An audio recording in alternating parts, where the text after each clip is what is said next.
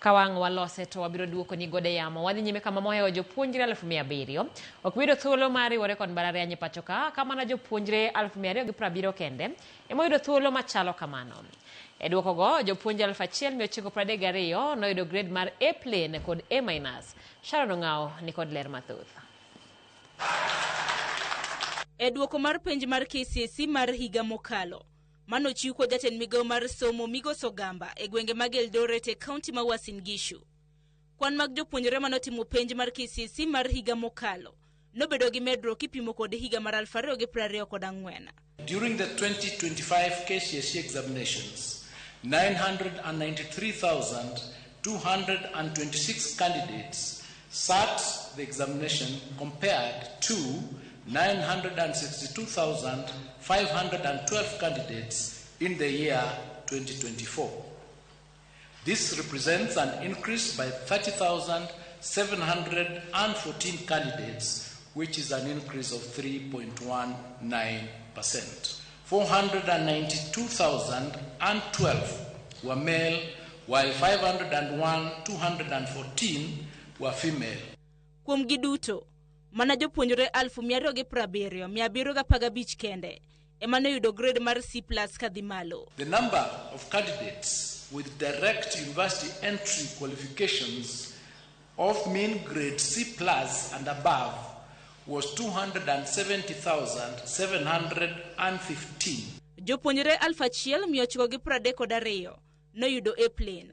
Jopuonjre 9,336 noyudo A-. Jopuonjre 23,990 noyudo B+. Jopuonjre 50,215 noyudo B plain. Jopuonjre 80,681 noyudo B-. Jopuonjre 104,561 noyudo C+, mamiyo gi thuolo maber mar donjo e mbalariany. Kata kamano, kwan mag jopuonjre Mohewo 700 ok biyudo thuolo mar donjo e mbalariany. Jopuonjre 115,801 noyudo C plain. Jopuonjre 120,615 noyudo C-. Jopuonjre 1,026,915 noyudo D+. Jopuonjre 1,145,557 noyudo D plain. Jopuonjre 1,191,724 noyudo D-. Ka jopuonjre 47,798 noyudo grade mar E.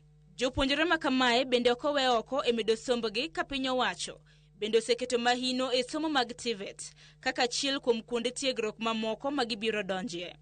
E duokogi, jopuonjre ma pod hikgi tindo bende medre kipimo kod higa mar 2024. The number of candidates aged 16 years and below increased from 20,546 in the year 2024 to 26,391 or 26,391 in the year 2025. Duoko maber bende nonene kit somo mopogore ka kwano nonyedhore e lela kaka mano manotimie maber mokalo. 17 subjects recorded a significant improvement in performance, similar to the number of subjects that recorded significant improvement in 2024. 11 subjects recorded a significant decline in performance in the year 2025. The 2025 KCSE examination results have been graded using the reviewed grading system in which the overall grade at KCSE examination considers mathematics, the best performing language among English, Swahili, and Kenyan Sign Language, and the best performed 5 subjects. Sharon Ngao, Ramogi TV. Irokamana Sharon, kamano bende 50.4 mar jopuonjre manotimo penj mar KCSE higa mar 2025